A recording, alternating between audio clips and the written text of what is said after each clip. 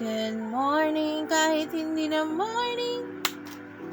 I went to Dolly and I bought some stuff. Let's try them out. These are the mega chips. I'm not particularly sure why I got this. Maybe because kasi na-curious ako sa flavors tayo. Like, it comes in 4 flavors. It has pepperoni, pizza pepperoni. Pwede naman pepperoni pizza. It has lemon and chili. I'm not so sure why. It has, medyo social, Norwegian lobster. Bakit kailangan Norwegian lobster? And then, tomato spicy. I got these at 25 pesos each. So, naka 100 pesos po sa akin si Dali dahil lang dito. Pero bubuksan na natin siya. We're gonna try pepperoni pizza or pizza pepperoni. And it comes with this kind of opening.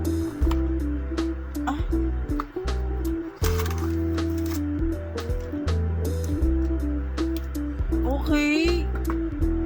Mas mahabang kineso lang siya.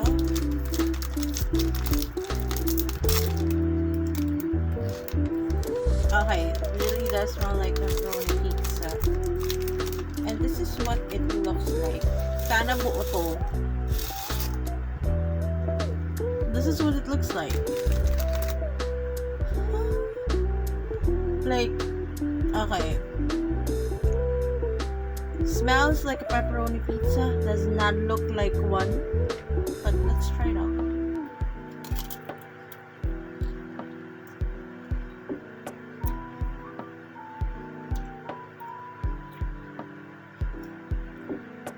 Okay.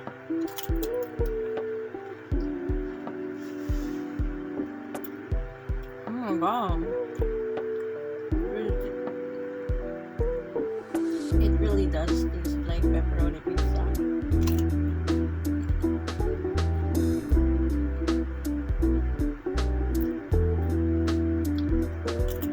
Now let's go with the next one, which is Norwegian lobster. I've never had Norwegian lobster before, but there's a first for everything. Mukha siyang ano, hindi siya mukhang chips, mukha siyang,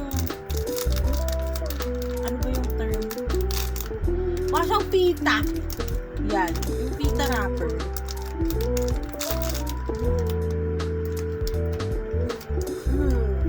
Okay.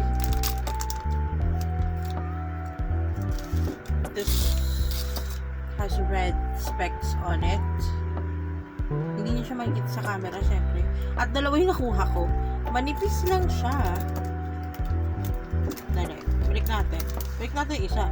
Huwag tayo masiba masyado, no? This is slightly weirding me out because this is not like a normal potato chip. It's a potato strip. But let's try it.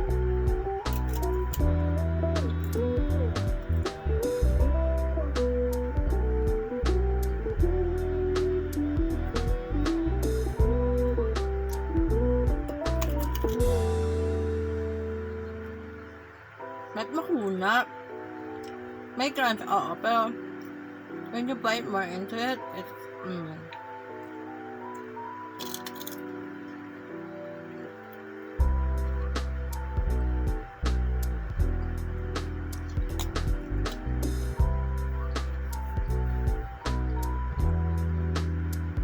not a fan. Not a fan of Norwegian lobster. Now we have 2 remaining flavors. Tomato spicy and lemon and chili. Let's go with this first. Kinakabahan ako. Okay. Just smells like any other tomato based chip. Again with the look. Maanghang daw to eh. May tomato chips lang siya. Gaslight natin yung self.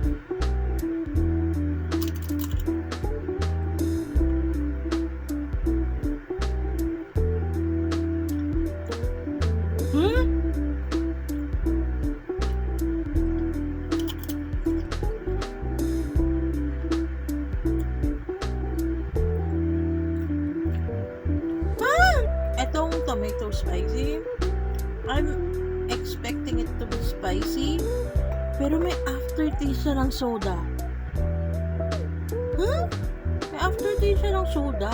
Hindi siya maanghang. Like, you're not spicy. Tomato spicy ka, diba? Now for lemon and chili. Dito medyo nakabahan ako kasi alam kong ako lang ang makakain nito dahil ang nanay ko hindi ko makain na maanghang. Let's hope and pray that the spiciness is not intense. Doesn't smell like lemon or chili. Dear Mother of God,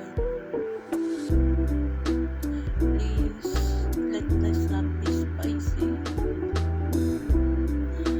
Mahilig ako sa manghang pero hindi ako prepare.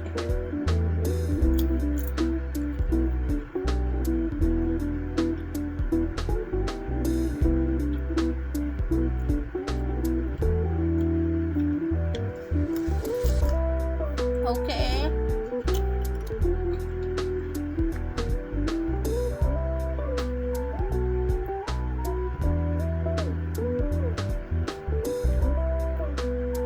Okay. There's the lemon taste and the chili. The chili is not super hot. Pero parang dishwashing liquid. Ahab ha.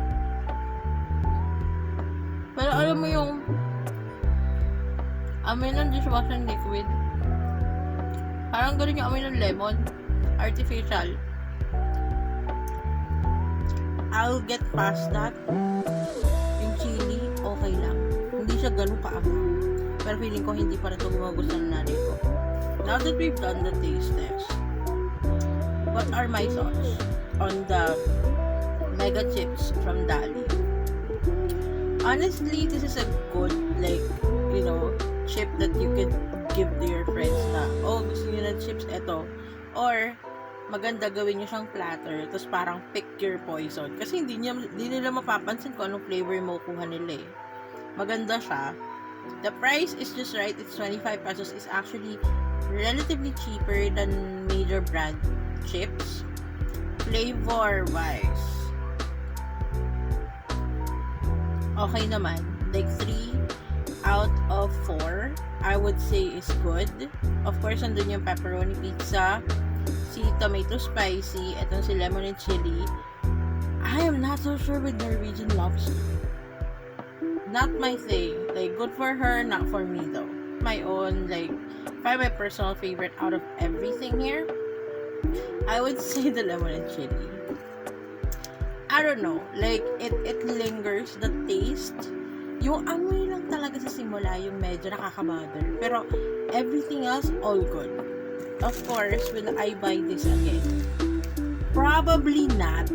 Hindi siya yung tipo ng chips na I'll definitely crave for. Like, ito feeling ko, mga more than 24 hours. Baka nga makulat na to pag naubos ko. Kasi, alam mo yun, ito yung tipong pampawalala ng umay, gano'n, na klase ng chips. Hindi ito yung chips na talagang lalanta ka mo habang nanonood ka ng K-drama.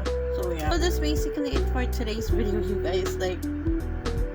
Hindi ko alam if I will buy more products from Dali. But if you have recommendations of items or products you'd like me to try from Dali, make sure to go to the comment section. And of course, don't forget to hit the like, share, and subscribe button for more content from yours truly. I'll get going, guys, so I have to prepare for work. So I'll see you guys on the next video. Bye!